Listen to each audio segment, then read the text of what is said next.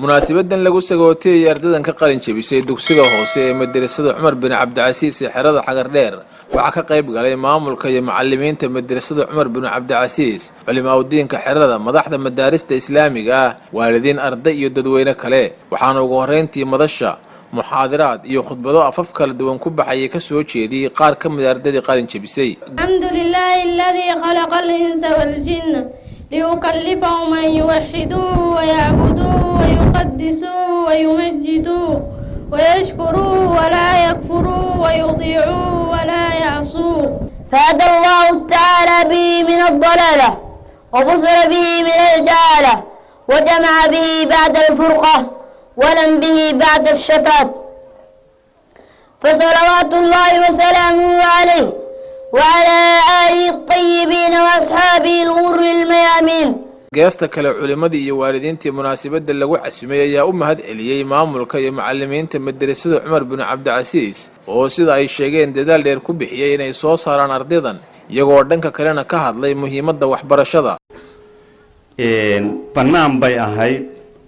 waxay ahayd dhul dameeraha iyo ariga iyo wax waliba ku soo xaroodaan hawl badan baa laga qabtay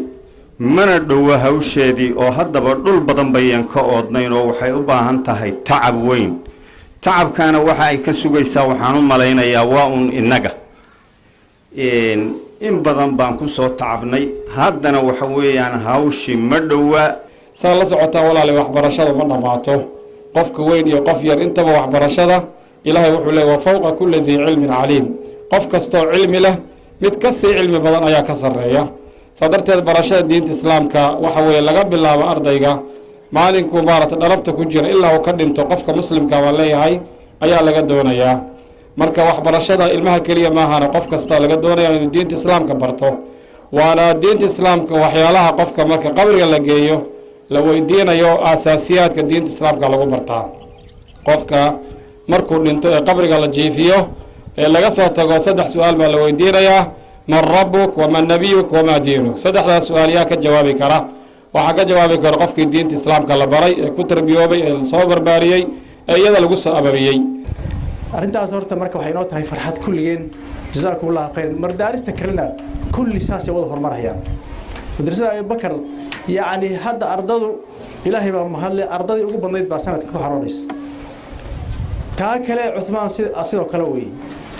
asbaabtana waa idin sheegay waxa keenay waqtigii zamanka aan ku jirnaa keenay dadkii ilmihii baa ka hor yimid ilmihii wuxuu noqday waxaan aabihi ama soo hooyadii ma kala garanayo waxa kaliya oo tusi kara ilmaha marka hore horta ilaahay abuuray in la baro marka kadibna la yiraahdo waxana waa hooyada iyo aabaha maamulaha madrasada Umar bin Cabdicasiis Abdiwali Xareed ayaa ka warbixiyay taariikhda madrasada waxaana uu sidoo kale hadallo dardaarana u jeediyay waalidiintii ay ubadkoodu qalin jabiyeen waalidiintii ma tashay hal yar oo Allah insha Allah taala baad watan ila dalaashan duuni aad ihsan ayaa ma shan meesha ku gaadhay waxa u baahan in dadaalkii duuni aad ihsan